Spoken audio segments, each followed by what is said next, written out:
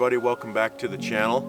Today we're going to keep stacking logs on the log cabin. It's a beautiful, windless, sunny morning. Calm before the storm. I know I keep saying that, but it's going to happen again. Today is going to be probably 60, 65. Gorgeous spring day. Tomorrow winter's going to be back. We got 7 or 8 or 10 inches of snow coming or something like that. So today we're going to try and get what I've got sitting here on the cabin. I was trying to think that what I have here is going to be enough, but I think I'm going to need one more row. I'm pretty sure I'm gonna. Basically, I'm kind of hoping I can make what I have here work, but I think I'm going to have a head knocker on the door with that header beam, and so probably going to have to get 3 more logs. But in any event, we can get these stacked up there, and when we get these up there, you're really probably going to get a good sense of what this thing is going to look like. We'll get those last 3 on there after that if we have to, and then we can start working on the roof. So we're going to do that. I'm going to show you a little bit what's going on with these timbers. I had kind of a plan on how to cut these timbers, and I had to alter that plan a little bit just simply because of what's going on with them. Sometimes when you get rough sawn timbers from a sawmill, you don't always get perfect timbers all the way through, and so you have to kind of sometimes work with what you have, and that's what we've got going here. I took some of these timbers that are less than perfect because I knew with the door opening and the small front pieces and the back, half 8-foot piece, I could probably work around these bad spots. Ideally, you get all timbers that are perfect, but that's just not what happened. And so I kind of was hoping that what he had on hand there for me to pick up was going to be enough for the cabin. As it turns out, it's probably not going to be.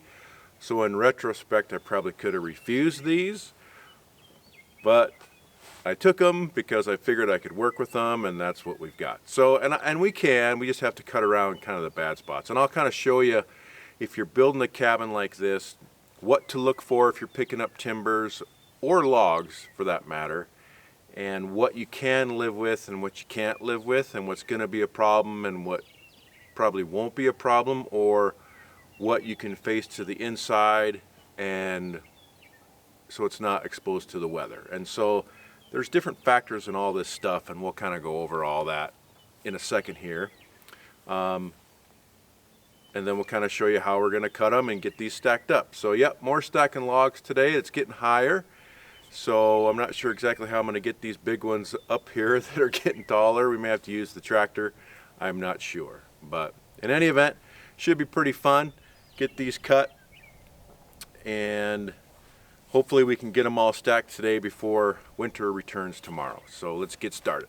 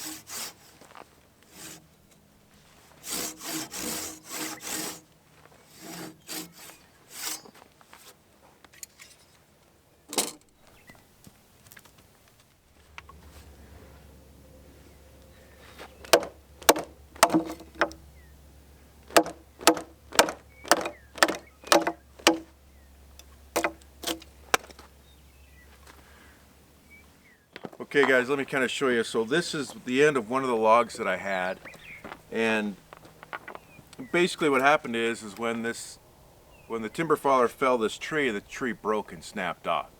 And this looks like it's only a bad spot to right here until you flip this up, and you can see that this check goes clear up into here. and this crack actually migrates clear up into this timber. And so we kind of have to cut around this a little bit to make sure we don't get this giant check in one of our logs. I can work around this because I've already got one 8-foot piece out of it. I can get at least one side to the door out of this, maybe two, but this is kind of some stuff you kind of have to work with sometimes, and this is pretty obvious. When you're looking at timbers, sometimes you're going to look at something like this. You'll see a bad spot in a timber like this, and this is basically kind of a punky, rotten spot. And so I can work around this spot and get maybe one side of the door out of the end, and I can probably get an 8-foot piece out of that end. But sometimes you got to deal with stuff like that.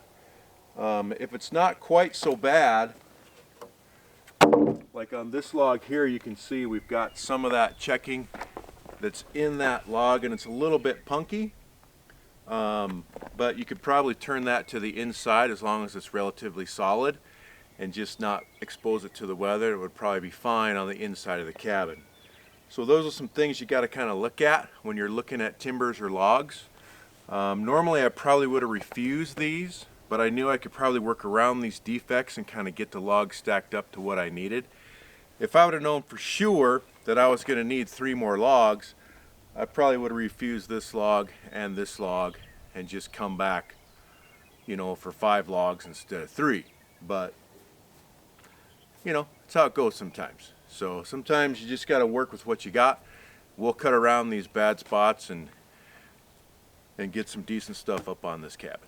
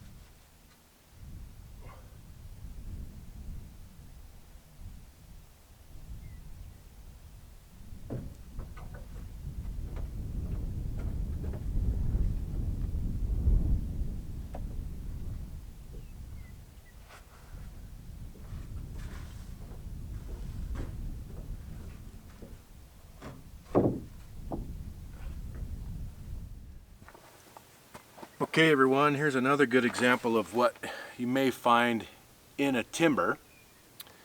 You see this big knot right here, and you can see it's on two sides of the timber, so the knot presents itself on two sides of the timber. And because of this thin little piece of grain, we don't have any grain run out, but we kind of do up here, and that's got a little crack in it. So this is a pretty weak spot in this timber.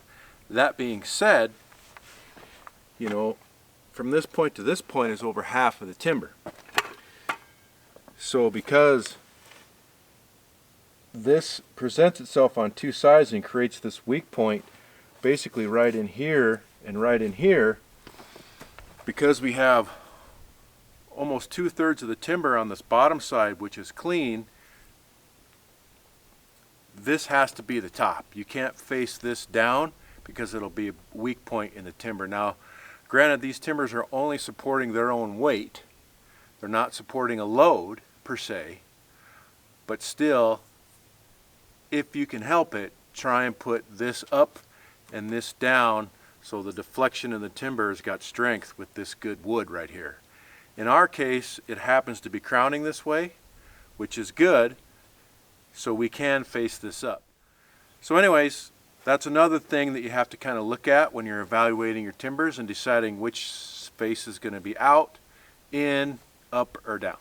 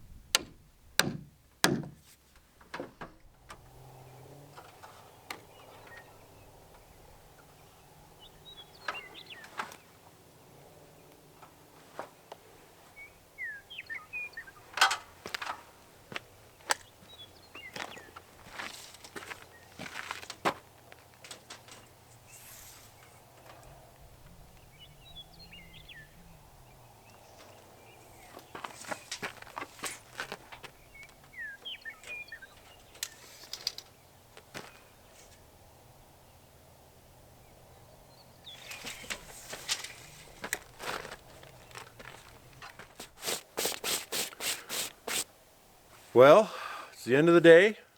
Got a beautiful, well, not really a sunset, but looks like we have some storm clouds rolling in. That's always pretty cool looking at those coming in over the mountains. We didn't quite get all the way to the top. I've got just 2 logs left here. And then if I look at that door opening, 1 more row is not going to be tall enough.